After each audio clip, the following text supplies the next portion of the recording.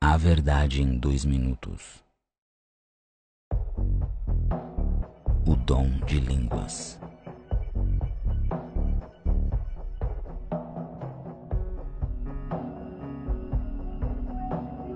Balakal kalshi shikal pirikil kal telepal tidikin mei haish haish kalakal kalakata kalakata kalakata kidi boy holikal bish hai holikin dejike hosh protocol pascal talakal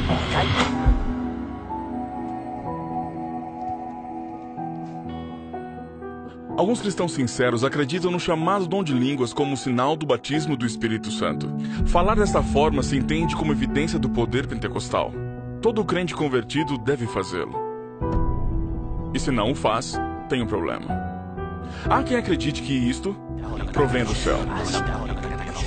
Talvez, a não ser que na verdade pronunciar de sílabas que não se entende nem mesmo quem as pronuncia não parece representar bem a presença de Deus. E se realmente isto não é certo? E se a Bíblia não ensina isto? Se isto é um fenômeno de autossugestão aprendido e imitado por milhares de cristãos, então esse é um dos maiores enganos da história. E se não é fingido e provém do inimigo de Deus, isto é mais grave. Vou lhe contar em 2 minutos a verdade sobre o dom de línguas. Está preparado? Comecemos. Em todo o Novo Testamento, os dons dados à igreja são para cumprir uma função. Jesus ordenou pregar o evangelho a todo mundo, mas os discípulos só sabiam 1 ou 2 idiomas. Por isso foi feito um milagre.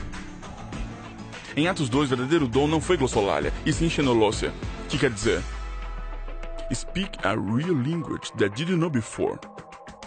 Em Atos 10 e 19 ocorrem casos similares, era um símbolo útil para os não crentes. Mas no capítulo 4, 8 e 9 se derramou o Espírito Santo e não houve dom de línguas. Por quê? Porque não haviam estrangeiros, então não havia necessidade. Curioso, não é? A Bíblia não ensina que falar em línguas seria o único símbolo do Espírito comum a todos os crentes. Alguns afirmam que o dom consiste em orar em idiomas angélicos desconhecidos. Dizem que se pode praticar relaxando a boca e se deixando levar pela euforia. Não há forma de saber se é verdadeiro ou falso, mas falam assim os anjos?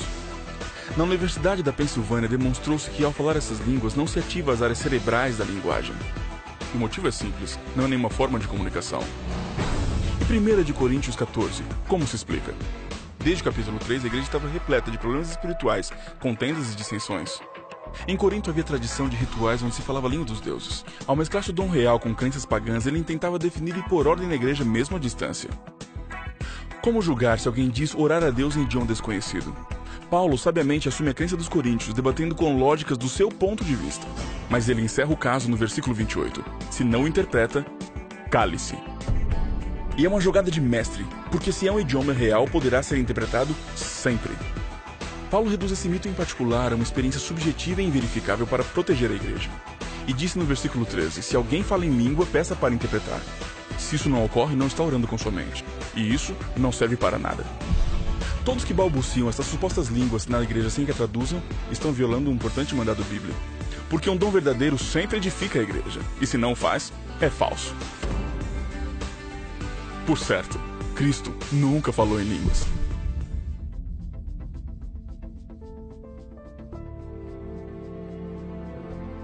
Algumas testemunhas sinceras reconhecem que falam em línguas apenas imitando sons e deixando-se levar. É bonito sentir-se especial, ungido, mas esse dom, como temos descrito, não provém de Deus. E se percebe sobretudo por seus frutos. O propósito do Espírito Santo, segundo Atos capítulo 1, é capacitar para pregar o Evangelho. E não para emitir ruídos sem sentido que não trazem crescimento, consolo e esperança a ninguém. Não se deixe enganar. E como sempre, lembre-se, a maioria pode estar equivocada.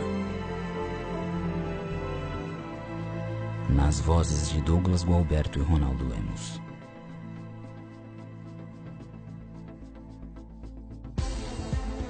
E em Jerusalém estavam habitando homens judeus, homens religiosos de todas as nações que estão debaixo do céu. E quando aquele som ocorreu, ajuntou-se uma multidão, e estava confusa, porque cada um os ouvia falar na sua própria língua.